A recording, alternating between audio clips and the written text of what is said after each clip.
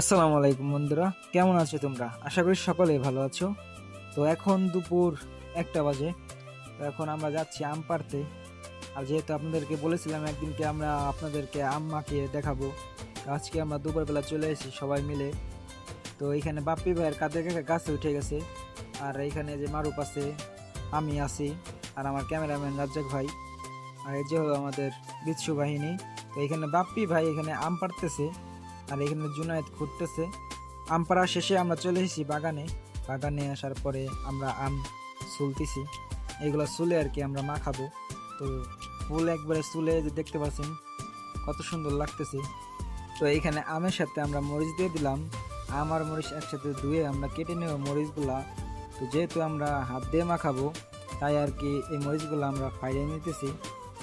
আর এইখানে আমার ছোট ভাই দেখতে পাচ্ছেন উসমান কার সাথে যেন কথা বলতেছে। তো ওইটা বাদ দেই, আমরা আমাদের কাজের দিকে ফোকাস দিই। তো এইখানে আমি মেশিনের সাহায্যে হাত দিয়ে কুচিয়ে নিতেছি আমগুলা। যেহেতু আমাদের লোক সংখ্যা অনেক বেশি, আমও আনা হয়েছে অনেক বেশি, তার জন্য আর কি ভালো করে কুচিয়ে নিতে হবে। আর কুচানো শেষ হয়ে যাওয়ার পরে আর কি মাখাতে হবে।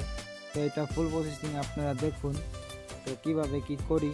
তো আমরা যে আমগুলো আর কি কুচিয়ে নিতেছি, এই আমগুলা একেবারে টকও না, একেবারে মিষ্টিও না। এটা কি আম বলে এটা আমি জানি না, আপনারা যদি জেনে থাকেন তাহলে কমেন্ট বক্সে বলে যাবেন। তো আমগুলা কুচিয়ে নেওয়ার পরে দেখতে পাচ্ছেন বন্ধুরা কত সুন্দর লাগতেছে। তো যারা আর কি এই গ্রামে থাকেন তারাই আর কি জিনিসগুলা উপভোগ করতে পারবেন। বন্ধু বান্ধব মিলে একসাথে আম মাখানোর মজাই আলাদা। আমের সাথে যেইগুলা মরিচ ফাইড়ে রাখছিলাম ওইগুলা এখন আর কি হাত দিয়ে চটকে নেব। তো এখানে কাদের কাকা চটকাচ্ছে, যেহেতু আমার একটু হাত কেটে গেছে তার জন্য আর কি আমি চটকে নেই, কাকাকে দিছি যে তুমি করো। তো তারপরে আমরা এখানে চটকানো